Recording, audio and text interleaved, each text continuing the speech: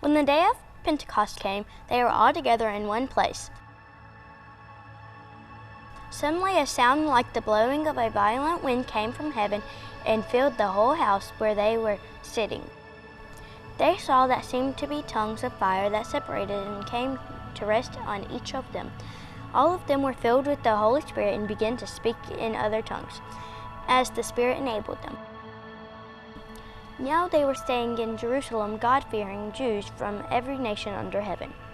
When they heard the sound, a crowd came together in bewilderment, because each one heard their own language being spoken. Then Peter stood up with the 11, raised his voice, and addressed the crowd.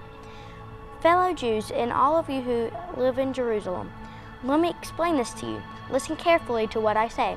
These people are not drunk, as you suppose. It's only 9 a.m. No, this is what was spoken by the prophet Joel.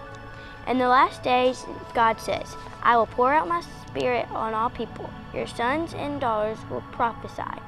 Your young men will see visions, and your old men will dream dreams.